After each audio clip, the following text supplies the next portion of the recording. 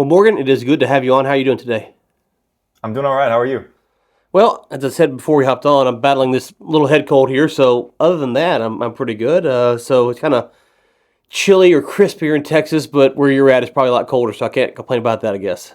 We were beautiful on over the weekend, and yeah, now we're headed for our first snowstorm of the year. So Nice, nice. Okay, so for people who aren't familiar with you, give a little background on who you are and what you do. yeah, so my name is Morgan Randstrom. I'm a partner at a firm I started called Trailhead Planners, and we are a wealth management firm. We specialize in doing a wealth advisory work for business owners. So I think, as you know, business owners come with pretty complex financial lives. There's not only managing the business, the cash inflows and outflows of the business, but there's also, well, at some point that comes to your personal balance sheet or not. There's talking about bringing on partners or, exit plans, succession plans. There's insurance needs for both business and personal. Um, Owning a business makes your tax life pretty complex, especially depending on whatever state you're based in. And then there's pretty serious, estate planning complications as well. So we think that's where we provide a lot of value. That's where we do a lot of work. Is just kind of helping people manage that complexity so that they can focus on whatever it is they do best, whether in the business or just being present to family, experiencing other joys, whatever that is. Okay, so when you think about exit planning or looking ahead to that, the big day we can retire from as a business owner. Yeah. How much time? I mean, I know the answer is all at some level compounding interest as soon as you can, but like, what's maybe not enough time? I should say, like, okay, like, hey, we're closing tomorrow. When do you get this set up? So, like, what's too short of a window to even really be serious about this conversation? It's such a good question, and I hate to say it, but it depends. What I don't like seeing is a business owner betting their entire retirement or just sense of financial security and independence on the sale. Now, sometimes that works, right? And I think we can all think of examples where that works. Um, I think that's probably a pretty low percentage of business owners. I think most businesses don't sell or don't sell for what you think they're going to be. It's some just kind of internal transition or whatnot. Um, and obviously, like, this is a lot of the work that you help people with, Ryan, is making sure that you are building something that is saleable, and on the terms and timeline that you as a business owner want. Um, so once again, what I don't like seeing is I want to sell this thing within a year. By the way, I don't have any other savings. I've got some debt, and I don't have a valuation yet, but I think it's worth X. you know, and it's like, well, where'd that number come from? And even when people get a valuation, I'm kind of like, well, is that some sort of discounted cash flow or multiple of revenue that you got from? I don't like. We can all make numbers work, or those actual offers that are on the table, or actual offers that you saw for like a similar type of Yeah, firm. and there's a So it's few like, ways that. I always think it's Oh, like, if you're going to do this, if you're going to be serious about this, I think 3+ years to exit is when you want to be doing this work. yeah, and I think there's a few ways to think about this. As you mentioned, you're talking about the valuation. I advise owners to go to an SBA bank and just see what the SBA would lend on it. Because if you're doing an SBA size deal, most buyers are going to go that route anyways. So it doesn't, I don't want to say it doesn't matter the value of the business. It just doesn't matter because the SBA is going to say, this is what we're going to pay you. And so if that's your largest buyer pool for your kind of business, then you got to understand what the SBA will even lend on it. And so, to your point, I've had multiple conversations with owners and, in their 60s, maybe 70s, and they're ready to retire. They're looking for that big payday. They didn't financially save the right amount to retire without selling. They thought they were going to sell, and then they needed millions more or hundreds of thousands more, but probably millions more. I'm trying to remember all the conversations. But anyways, they need a lot more than they were going to get, and it's like Hmm. that's the worst call to have, right? Because Hmm. they're tired, maybe they're sick, they're older, and so they're ready to go on and Hmm. they wanted like $3 million or whatever it might be, or $10 million or whatever it is, and it's worth a million maybe. Like, because sometimes it sounds crazy to say this, but I had an owner last year who wanted $7 million, and the business is worth two. It's like you're five Right. million off. He's Right. like, well, it's a big city. There's a lot. Like, yeah, that's cool, but people aren't paying for Yeah. that. Like that's not how it works. And so, to your point, I think you got to plan. Depends on where you're at, of course, but the 3 year kind of mindset.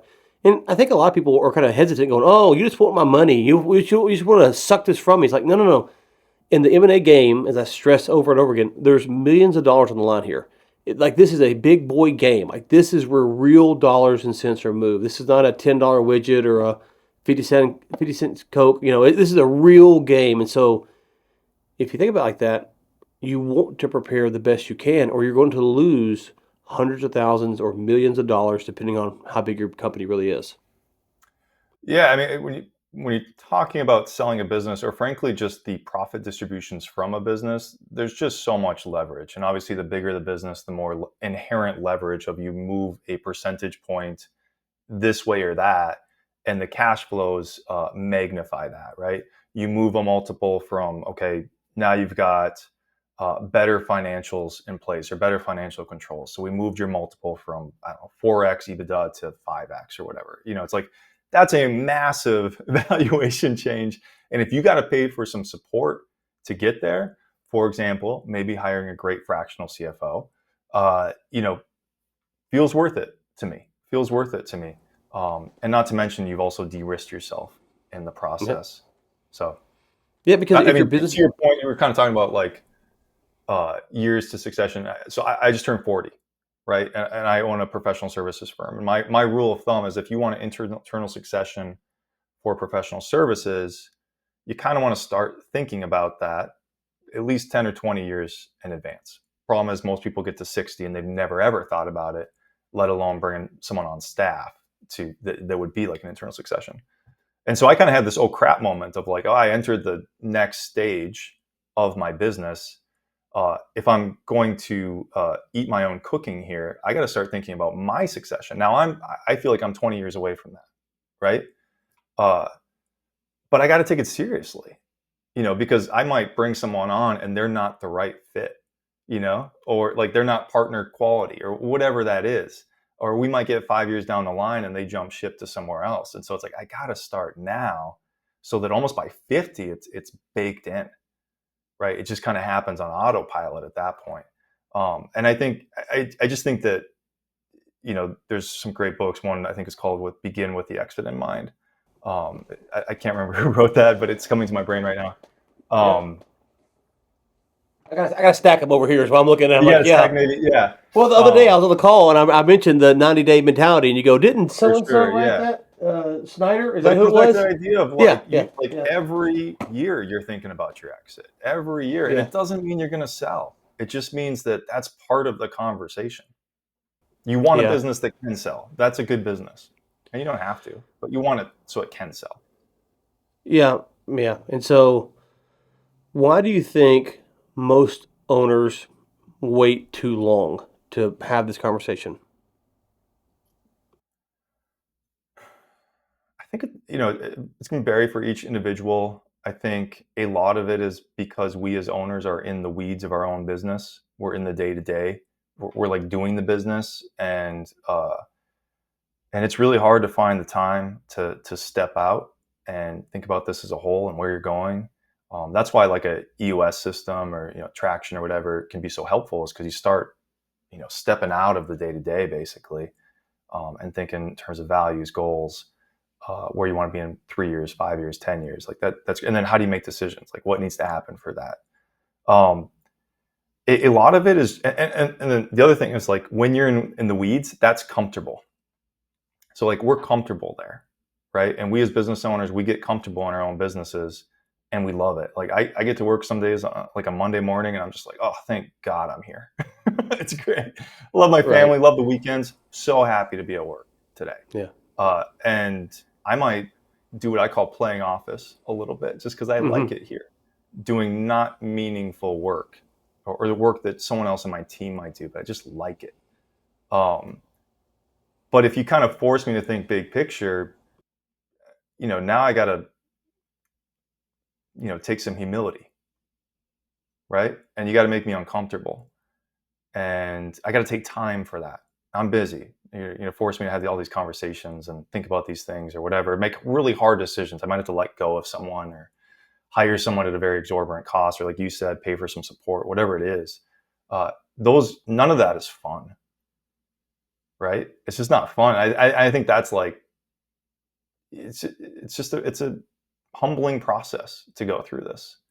And we as business owners, we're really proud of what we built, and that's Yeah. natural. Well, and yeah, I think that last thing there about being proud is the hard part is for a lot of owners, it seems, is that their identity is tied to the business because they put their blood, sweat, and tears into it. Yeah, And when you go to sell it, the blood, sweat, and tears, they don't really have value as far as someone goes, oh, you worked 80 hours a week for 6 years. Great. I want to pay. No, no, no. They want to look at profit and loss. So they want to look at all this stuff. yeah, And so yeah, and so the identity angle is tied to that. And so when you look at your exit value, you have to understand that from the buyer standpoint, they don't care about that in the same way that you do. And so if you haven't had these conversations about how to set yourself up post exit, then you're going to find yourself more often than not expecting a lot more than you think it's worth. And that's not, you're going to want seven is worth two. And it's like, no, and it doesn't mean, I think you said earlier, most businesses don't sell, and they don't because they're not set up right. They're not marketed right. There's a lot of problems with that.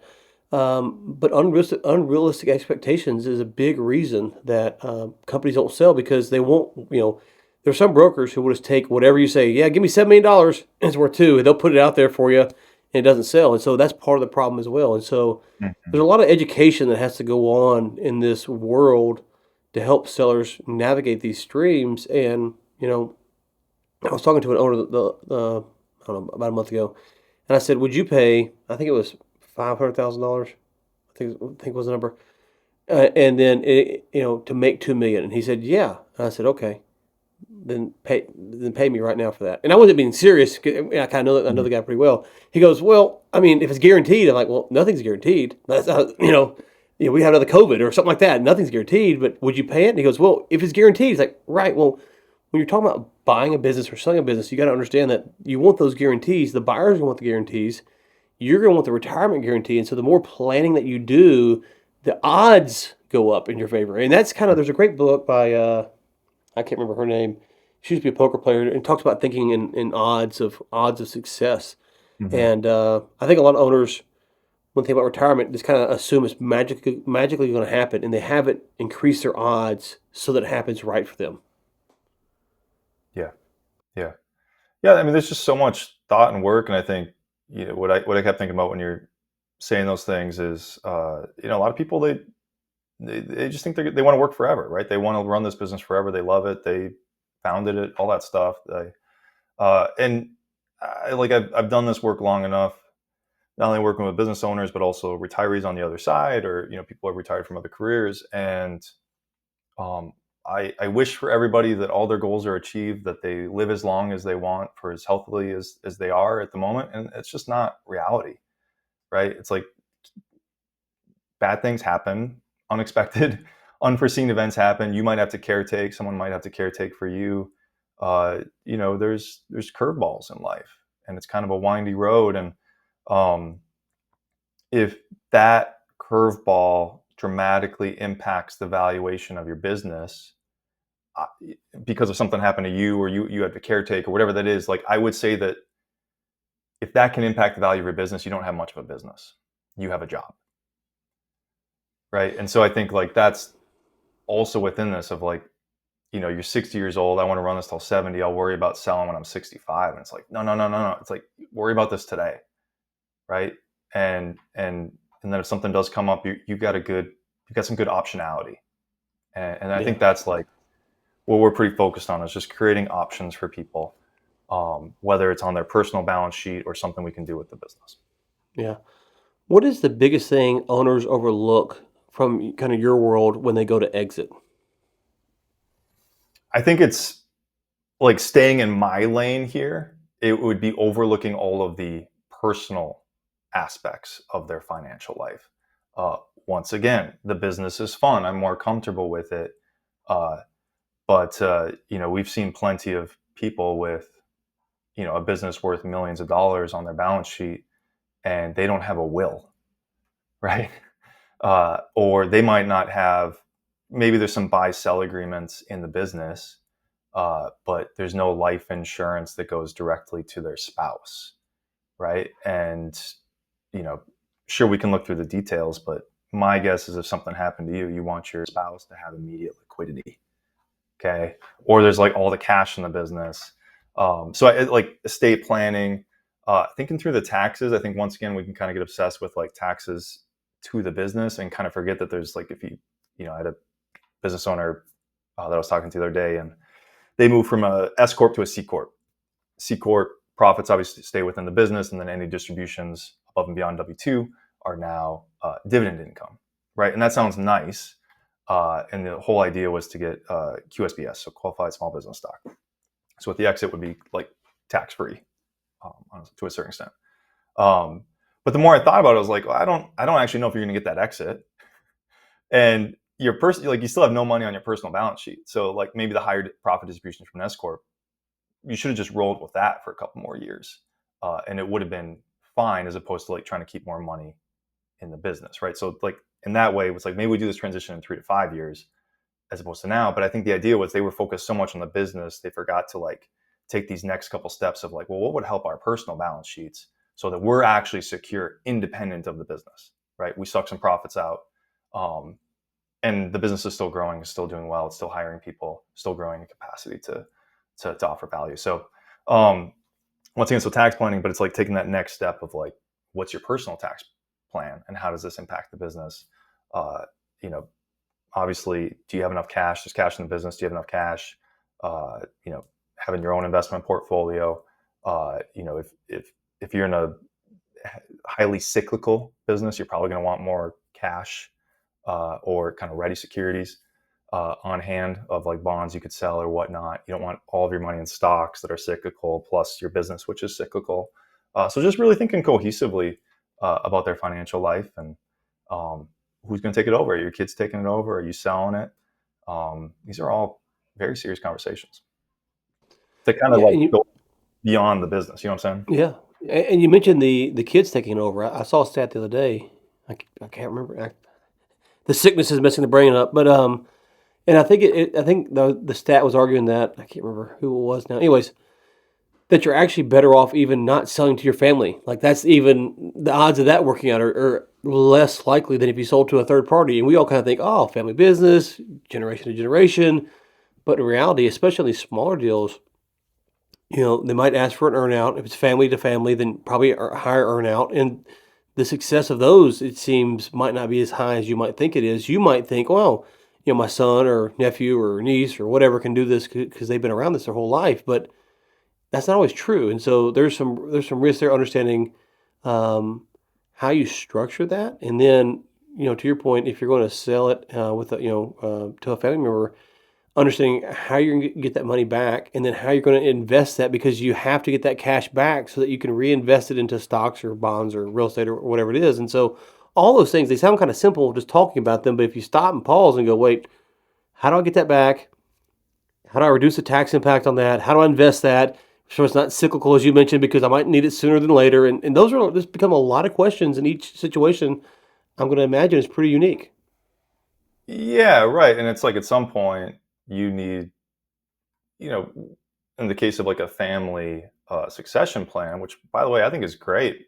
Sure, yeah, most of them don't work out, but also like most of them are done pretty thoughtlessly, right? Without planning, without great conversation, and that's something that should have a lot of planning, a lot of conversation, because now you're kind of mingling family and finance and business and all that stuff, and it's just gets complicated really quickly. Um, but you don't want to do that, I don't know, passively, right, or uncohesively. You want to do that with intention. You want to do that with a great partnership agreement, right? So you need a great attorney. You want to do that with like great tax advice for both sides. So it's like kind of like everybody needs their own counsel.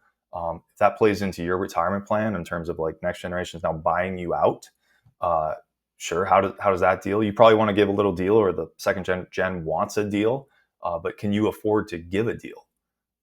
And still meet your retirement goals. So yeah, it just gets complicated fast. And I think we all have a tendency to do some mental accounting on this in terms of like, yeah, if I do that, it'll work out, or I got this rule of thumb or whatever. And it's like, you want really good professionals giving you advice and looking at this from different angles.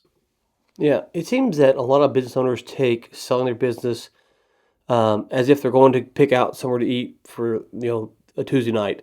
In reality, it's like going on a foreign trip to a foreign country that you've never been to before. And if me and you both went to, I've never been to Europe, so I'll pick a country there, to France.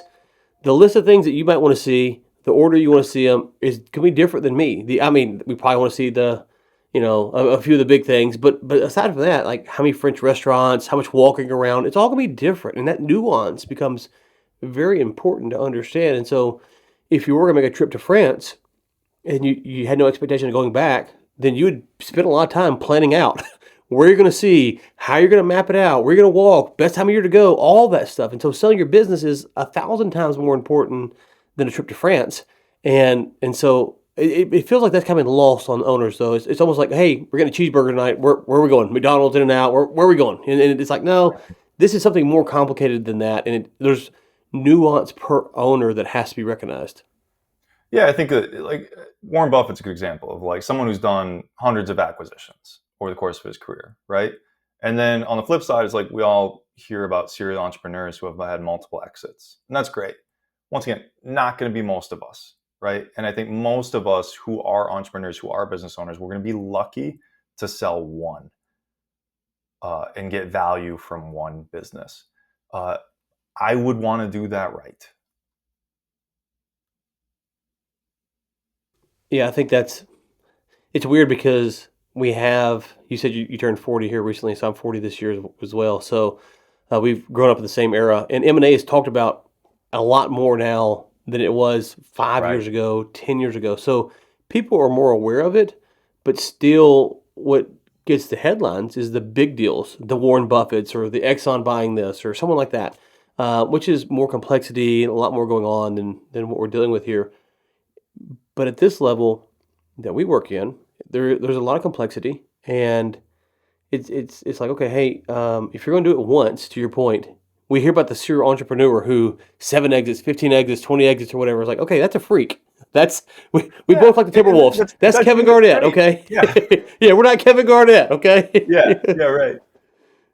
So it's like, okay, yeah, that's great, but most of us aren't. We're not going to be, 7 foot tall and can shoot from the outside and drive to the basket. That's not us. And so I think we kind of have missed that on this. And so it feels like when these conversations happen, it's almost like a scare tactic for owners. It's not really a scare tactic. It's a realization like, okay, hey, this is actually how most things work. The headlines that you see are great for those people, but the headlines you don't see are the people who tried to sell and couldn't sell because they weren't set up right, or the person who didn't have their retirement set up right and worked a good business, owned it for a long time, but they got to the end and they didn't have enough money to make it to the very end upon their death, or they died a little bit younger and the cash was tied up in the wrong spot. It took too long to exit and the wife struggled. And those are the stories that don't get told very often. And it's like, okay, it's not a scare tactic. It's just, it can happen. And so you Mhm. can mitigate that risk pretty substantially if you're just do I say a few things, a handful of things the right way. No, it's very vanilla, right? It's just like blocking and tackling for the most part. But through that process, you turn over every rock, um, and you find some things that either de-risk you massively or add incredible value. And there's good in that process, and it's just kind of finding, you know, one thing that we're big believers here at Trailhead is just helping business owners put the right team around them and then help them manage that team. Because once again, everybody's kind of looking at it from different perspectives, and you want support uh, putting that into a cohesive plan, right? That is actually helpful to you. Um, so it's making sure that you evolve. A lot of us, like, you start out with one tax person early when you start the business, and your business grows and your tax needs grow, and the original person can't keep up with that. But they're friends, right? You see them at the country club or whatnot, or at the gym, you golf with them or whatever. It's like, but great, you're not getting great advice, right? And you might be missing something. So is that the right person for that seat? And I think those are just kind of hard things to do. And by the way, you got to run your business through this whole process. So it's like this is another like uh, time resources scarce, but you kind of got to do this work of making sure that you're getting the right legal support, the right tax support, the right retirement planning support, the right exit planning support, all this stuff. And if you can get that team in place, I think life's there's value there, right? It's really good on the other side of that. Well, another day when we were talking, you mentioned that if the owner sets the business up right to exit, they might not actually want to exit, which kind of gets Yeah. lost in all this exit planning and thinking about exit and how to maximize your value. If you do it right, can actually make you enjoy your business more than you already do. hmm Yeah, and I love that you brought that up because we were talking about that, and I think my goal is always to like help someone uh, improve their business so much that it's ready to exit and then decide that they don't actually want to do that, right? Because you're having more fun, you're making more money, you're growing the business. That sounds great. That sounds great. I still think you need an exit plan. But you're exactly right. That doesn't mean that you got to sell or like take the first offer that comes your way.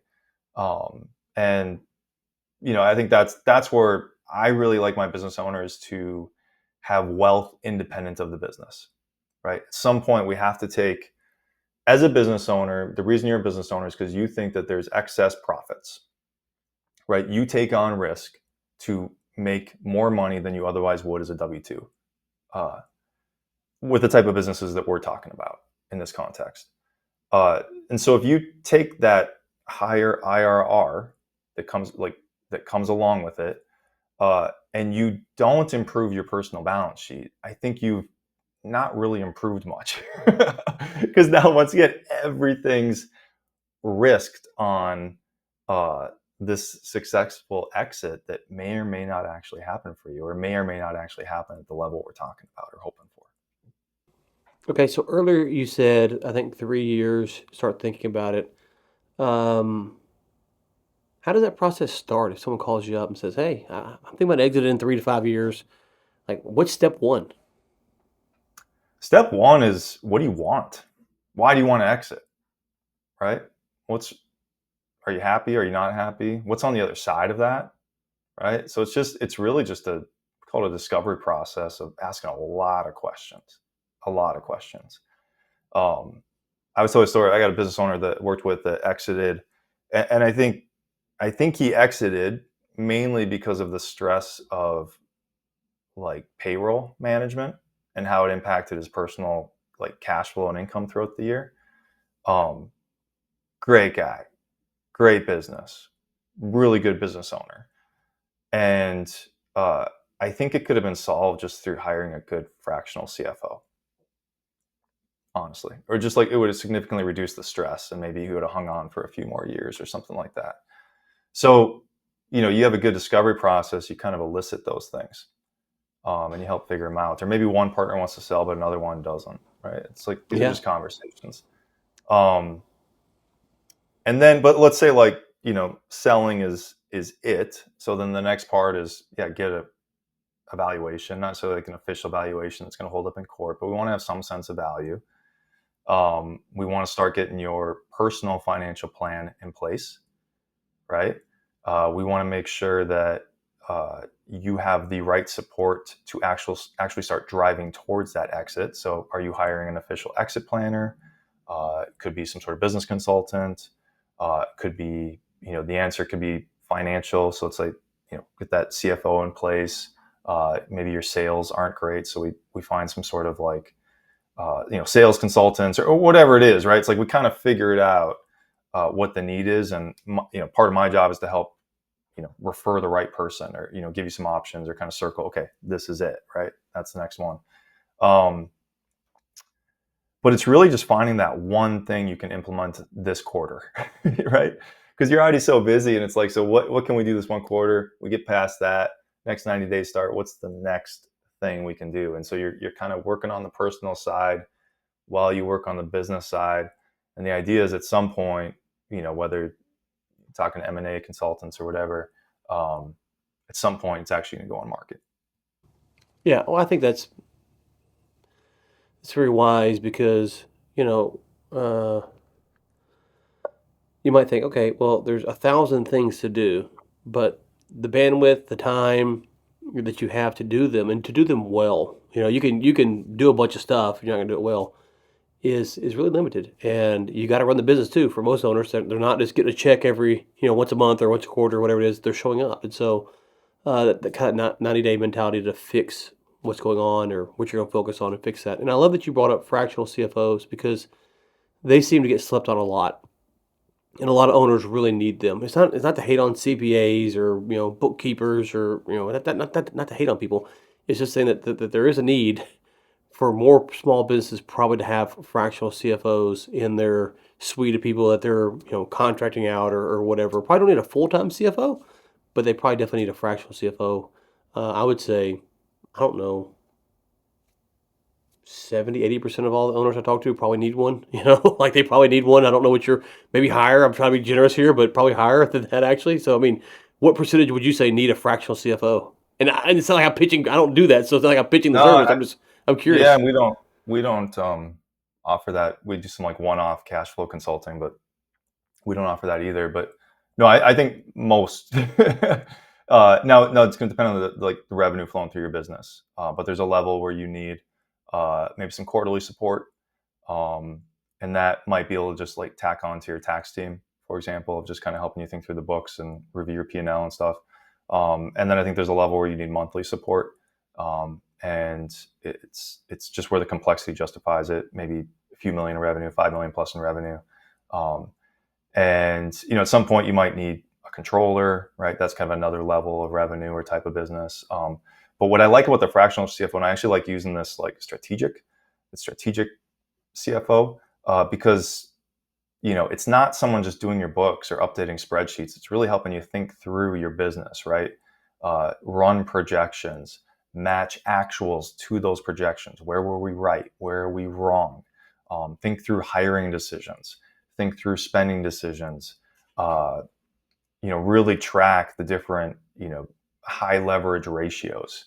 I would say, like, what actually matters to this business. If you have inventory, there's all kinds of great things to track to manage your inventory and cash flow that way. So, yeah, no, we're huge advocates of fractional CFOs, and what I like about them, the good ones, is I think they're kind of like us as planners in the sense that they're forward looking.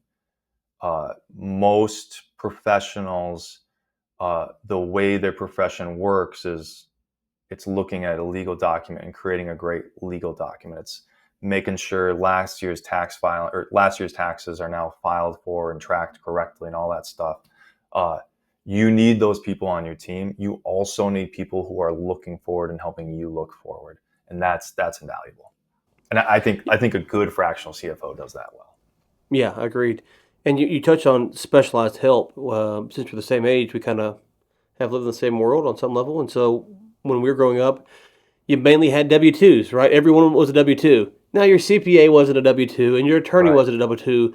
But today, the amount of specialized help that's out there has grown tremendously. And so I always see these debates over work from home and in office. And I'm like, guys, okay, we can have that debate. But the amount of specialized help that's out there for whatever problem you have, it's crazy. Like, it is really wild how much access to people we have who have really good pedigrees, like you mentioned, sales help, or you know, um, got John Seifert doing the first talk of the intensive, and he talks about output thinking is his whole thing about how to set your company up to manage your people, and like that's fractionalized help. And so I think if you're an older owner, 60, 70, you might have heard of some of this, you might have used it, but probably don't even realize the amount of people that are out there that specialize, and you don't have to have them on the payroll, paying them every 2 weeks, because we used to think about hiring someone. Okay, well, that's a whole year. Okay, there's insurance, there's vacation, and that's just you don't have to go that route as You much might as have you to had to in move. the past. Yeah, I might have to move. Right, Yeah. right, and Yeah. so I love the emphasis on specialized help because there is a lot of that. You still need your core team that's probably going to be in the office or whatever, but the amount of specialized help that's out there really gets slept on. I think, especially these work from home debates, kind of minimize the availability of truly specialized help that's really talented. Like the best Well, okay. One of the speakers, Kevin Henderson, he was the top M&A attorney in Texas 2 years ago and number two last year. Okay, they don't have a corporate office that I know of. I mean, I'm sure they have a location, but he works Mhm. at a co-sharing spot. It's like the top M&A attorney in Texas as far as number of deals done. So yeah, specialized help is here and is here to stay, and it's I think it's really slept on. I'm not sure why that is. Do you have an opinion on why that's kind of overlooked? I still think it's so new. Um, but no, I think we're living in the glory days of small business ownership. Just the resources that are available for us, and I would point to two. One, I mean, obviously, just technology, whether it's AI or just any of the great software we have access to. But like, you can start a product start to finish and be selling it through Amazon or Shopify or whatever, making some pretty good money without like significant warehouse costs or like it's insane like the leverage we have available to us. And then I think like AI is probably helping every company uh, have a little bit better margins, frankly. Um, and yeah, that helps Amazon, but I think it also helps some small business punch way above its weight. So yeah, the technology side, and then the other side is the fractionals, where you can go get grade A talent on a 6 month engagement or some sort of monthly contract or something like that. Which, by the way, if they're not cutting it, you just move on and you find the next person. Or if it's like, oh, I didn't need sales support, I needed operations support. Great, I can go get you a fractional COO who's fantastic and will help you scale. By the way, she's an expert in scaling with startups in California or whatever. So like it's just there's so much talent out there right now, and we as business owners have access to it, and it would be insane not to go seek those resources. Yeah, and I hear all the layoff news, or the Doge shutdowns of government stuff, and I always think, man, if you're a small business owner and you see, big company X is laying off or the government's cutting out, and your business is tied to that, reach out or put an ad out or something for people that are might want a W-2 job, but they're trying to find that bridge. It's a great Mhm. time to get them to come contract with you and then help you understand how to get that government process done faster, or work inside of Amazon better, or whatever it might be, or just maybe they're a marketing expert and they can understand that. So yeah, there's I think you're right. We are in the golden age of small business because you can access so much more talent so much faster. You can find them, and so yeah, it's great. Okay, so what will you be talking about your week during the intensive? Yeah, so I think this is where I was going to talk to you about this. We had talked about a We're few going different live, ideas. baby. We're putting it raw here. We might Yeah, okay. We'll put a TBD, but possibly this.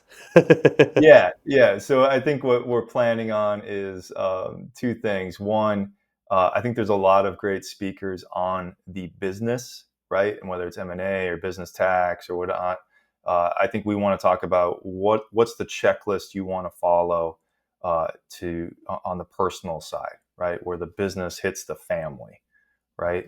I think that's number one. Number two is how do you put the right team together, right? So, kind of who's sitting in what seat, what professionals might be valuable to you. I see that as something that could be extremely valuable. But really, it's just like how do we? Yeah, you have the business. If we're looking at you as a individual or a family with a business asset, a high value business asset, what are the things you want to start moving on today to as you build toward that sale? No, I think that's great. Okay, where can people find you between now and then on social media or website, wherever you want them to send them to? Yeah, so it's, trailheadplanners.com is the main site. I've got a personal site called Morgan on Purpose, which Mhm. has lots of great resources for business owners and entrepreneurs. I've got a particular affinity for family meetings, which is something that I think every business owner Mhm. needs. How do you talk to whether it's your spouse or multi generation conversations about just the complexities of being a business owner, but also what might not happen, what might happen if you're not around to kind of make decisions Yeah. about this stuff, and then passing on the business, passing on the estate. Right? I'm just a big fan of that. I think it helps a lot. So yeah, Morgan on Purpose, trailheadplanners.com. I'm also on Twitter, LinkedIn, all that stuff. So yeah. Morgan on purpose. I got to ask, how'd you come up with that? That. I kind of chuckled like that's unique. I like it. Oh yeah, I wrote a book called Money on Purpose a few years Oh, ago. okay. So that's on Okay. Amazon. You get copies of that. Working on my second book right now. But yeah, so it's kind of a play on that, and I think everything comes back to purpose, right? Yeah. And I think you know, as a business owner, that's why you say, what's the things you start talking about if they want to sell within 3 years? And it's like, why? Tell me Yeah. why, Yeah. Yeah. right? And Right. why do you want to sell? What's on the other side of it? What happens if you don't sell? Why is this important to you? That stuff matters. And why are you running this business this way, working with these people? We have so many options in life. You're not trapped. And Yep. it just comes back to why. And I think purpose is the driver there. Awesome. Okay. Well, looking forward to your talk, and I guess we got to. I don't want to, but we got to shout out Zach for making the introduction here. So thanks, Zach. I guess I Yeah. gotta give him props. So This is thanks, my good buddy. friend, Zach Ashburn. He's fantastic. He's in North Carolina. Yes. Great wealth advisor as well. But he's also a very funny personality on X. Oh yeah, yeah, yeah. He cracks me up. He cracks me up. So, anyways, all right. Looking forward to this, and enjoy your Thanksgiving, and we'll talk soon, brother. You as well. Take care.